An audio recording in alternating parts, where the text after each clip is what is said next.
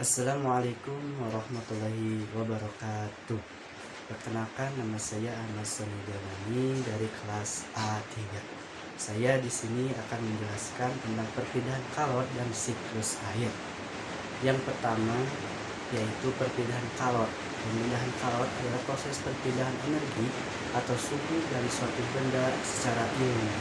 Perpindahan kalor terjadi dari benda besi tinggi ke benda besi rendah. Contohnya, perpindahan kalor pada es batu yang dicairkan dengan sebuah panci yang dipanaskan di atas kompor.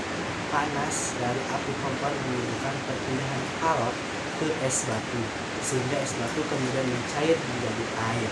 Artinya, benda yang beku melepas kalor sedangkan cair menjadi kalor.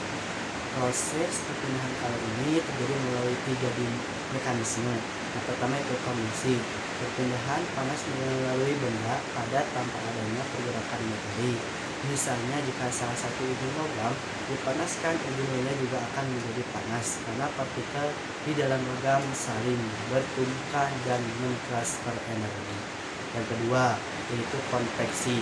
Perpindahan panas melalui cairan atau gas yang terjadi karena pergerakan massa fluida. Contohnya udara panas yang naik dan udara dingin yang turun dalam atmosfer. Terbentuknya aliran udara yang disebut arus konveksi. Yang ketiga yaitu radiasi. Perpindahan energi panas dalam bentuk gelombang elektromagnetik tanpa membutuhkan medium. Sinar matahari yang sampai ke bumi adalah contoh radiasi. Selanjutnya yaitu siklus air.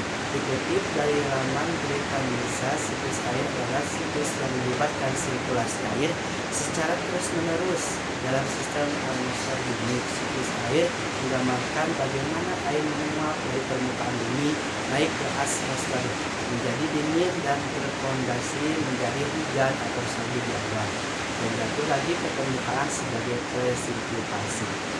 Tahapan-tahapan utama dalam siklus air.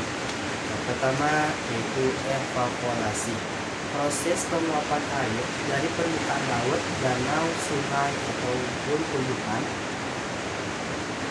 Transpirasi. Yang kedua yaitu kondensasi. Uap air yang terangkap ke udara mendinginkan dan membentuk awan. Ketiga yaitu presipitasi. Awan yang berkondensasi akhirnya menimbun dan turun ke bumi dalam bentuk hujan, salju atau es. Yang keempat yaitu infiltrasi dan rekomendasi secara Keempat itu infiltrasi dan perkolasi. Sebagai air yang turun akan meresap ke dalam tanah menjadi air tanah atau mengalir di permukaan sebagai aliran sungai dan akhirnya kembali ke laut. Yang kelima yaitu runoff. Air yang tidak terserap oleh tanah mengalir ke di permukaan menuju sungai dan danau, dan akhirnya kembali ke laut untuk memulai siklus lagi. Mungkin itu saja yang saya sampaikan. Semoga bermanfaat.